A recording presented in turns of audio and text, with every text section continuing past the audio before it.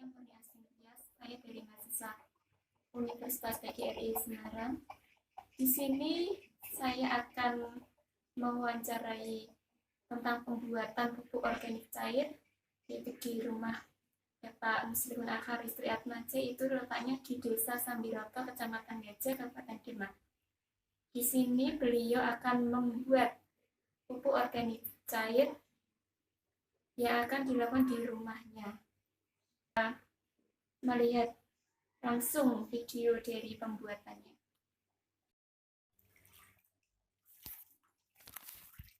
Dan apa saja yang dibutuhkan dalam pembuatan pupuk organik cair? Jadi bahan-bahannya yang kita gunakan yaitu ada sayur-sayuran seperti ini, sayur-sayuran, pokoknya daun-daunan hijau. Jadi yang kita pakai saat ini untuk pembentukan daun yang dibutuhkan oleh tumbuhan, yaitu ini nantinya yang kita gunakan ini daun-daunan, jadi nantinya untuk pupuk daun, jadi POC-nya POC pupuk daun. Kemudian ada air leri, jadi air leri itu air yang bekas untuk cucian dari beras yang beras sebelum kita masak itu kan kita nyuci beras, jadi itu jangan dibuang sia-sia. Kalau dibuang itu bisa dipakai untuk pembuatan pupuk cair ini. Kemudian ada bekatul ya, bekatul, dan ini ada air gula, kemudian ada E4. E4 ini E4 pertanian, jadi nanti ada, kalau beli, katakanlah mau beli, itu ada E4 pertanian, ada peternakan, dan juga perikanan. Ini E4 pertanian. Jadi E4 ini sudah kami kembangkan di media ini. Jadi untuk pengembangannya sendiri, kita gunakan air hangat, kemudian kita tuangkan E4 yang biasa dibeli itu. Ini sekitar 2 tutup botol E4-nya. Itu ya, segini. Kemudian ada air, ya, air untuk nantinya untuk merendam bahan-bahan tersebut. Cuma itu saja. Kemudian alatnya apa saja? Untuk alat-alat yang digunakan yaitu untuk mencacah ya, untuk mencacah sendiri kita gunakan pisau atau bahan-bahan yang lain yang pokoknya bisa digunakan untuk mencacah sayur-sayuran tersebut. Kemudian ada alat untuk pengaduk. Ini alat untuk mengaduk, bisa pakai apa saja pokoknya untuk mengaduk. Kemudian ada ini, ada bahan atau wadah yang akan kita gunakan untuk pengeraman nantinya, pengeraman bahan-bahan tersebut. Tuh. Kemudian ada saringan untuk menyaring ini ya, rollernya tadi ya, kita saring di sini. Kemudian proses pembuatannya bagaimana? Nah, untuk proses pembuatan, jadi ini yang sudah ada bisa dilihat, ini dicampurkan dulu, dicampur antara dedak atau bekatul dengan bahan-bahan yang dibutuhkan tadi. Itu ada bekatul, ada air leri, dan juga air sendiri. Jangan lupa bakterinya. Ya, ini ada air gula. Nah, kita tuangkan saja. Kita tuang. Kemudian jangan lupa E4-nya. Nah, proses pengembangbiakan E4 ini dari yang sumbernya tadi ke media ini itu sekitar 10 menit. Nah, ini sudah bisa dipakai. Kalau ini sudah 1 hari. Nah, kalau jadi ndaknya itu dari aromanya. Aromanya itu wangi. Jadi sudah jadi. Kalau belum beraroma itu belum jadi. Kita tuang saja. Ya, jadi kita tuang saja botol penuh. Berapa lama proses pengeraman POC-nya? Untuk lebih efektifnya, proses pengeraman ini sebenarnya membutuhkan 21 hari kalau yang paling bagus, atau nantinya bisa dicek. Pokoknya kalau sudah aromanya sudah harum itu bisa dipakai ya. Nah, ini gunanya alat ini ya, saringan ini nantinya itu kita untuk menyaring cairan yang ada, cairan POC ini dari ampas ke cairan yang kita pakai itu, yaitu cairannya ya, cairannya bukan ampasnya. Jadi cairannya yang dipakai untuk penyemprotan itu ya. Ini prosesnya seperti ini. Nah, kemudian ditutup rapat, tunggu ya, dikasih selang, jangan lupa dikasih selang, dan nanti dimasukkan di sini. Ini dikasih media air.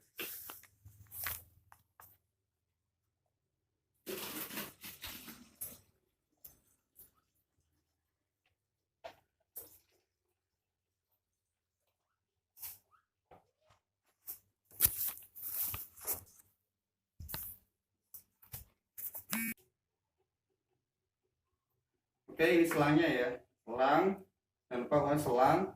Nah, untuk penempatan selang ini kita contohkan dulu di sini.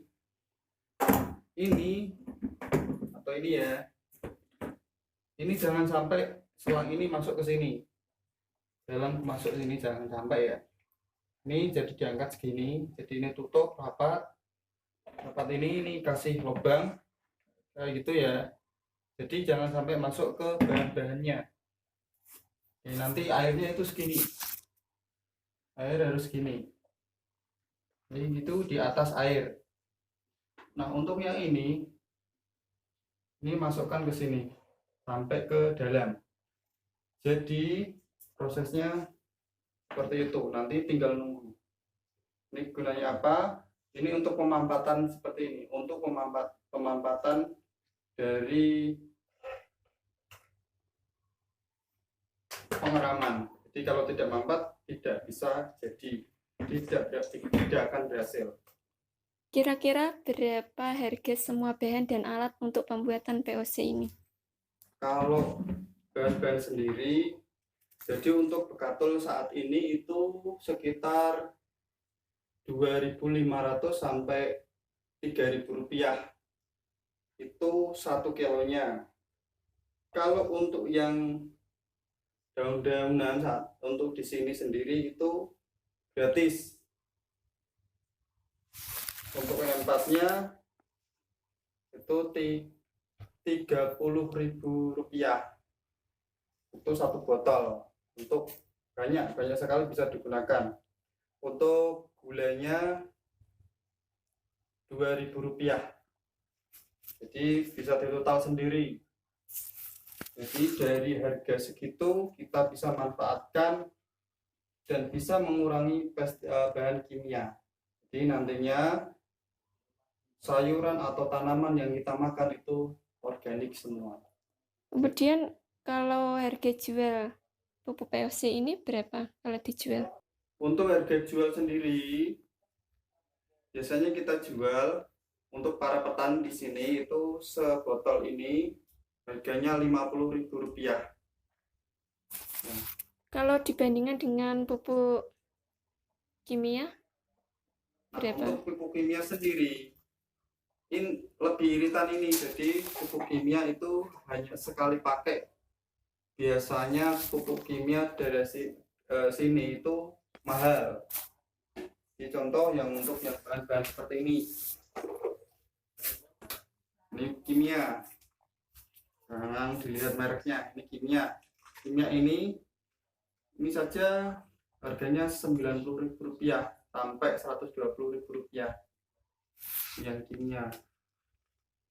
Jadi kita bisa manfaatkan daun-daunan dan lain yang ada di sekitar kita untuk pembuatan pupuk. untuk Apakah tanaman kita. ada kendala dalam pembuatan POC ini? Kendala sendiri kita sebenarnya tidak ada kendala untuk pembuatan ini karena kita membutuhkan bahan-bahannya itu sangat murah dan ada di sekitar kita. Terus bagaimana pemasarannya? Jadi untuk pemasaran kita tawarkan ke petani-petani di sekitar kita. Tuh, jadi langsung bisa dipakai. Apa manfaat pupuk organik cair ini bagi tanaman? Manfaatnya. Untuk manfaat sendiri sama dengan pupuk-pupuk yang lain. Ini ya untuk pupuk yang lain fungsinya untuk pemupukan. Jadi pemupukan sendiri ini untuk yang sistem penyemprotan. Jadi yang ini yang cair. Itu ya. Jadi untuk pemupukan. Jadi untuk yang contoh yang dibuat ini untuk pupuk daun. Ya nutrisi buat daun. Jadi untuk daun-daunan nanti untuk hijau, untuk kesuburan, untuk sayur-sayuran bisa subur. Ini menggunakan pupuk daun seperti yang kita buat. Nah untuk yang pupuk buah itu bisa menggunakan buah-buahan. Ya untuk memperkuat batang-batang itu pembuatannya menggunakan batang-batangan. Jadi seperti itu. Jadi apa yang kita beri itu yang akan kita terima. Jadi apa yang dimakan itu yang akan mengunduh hasilnya. Seperti itu.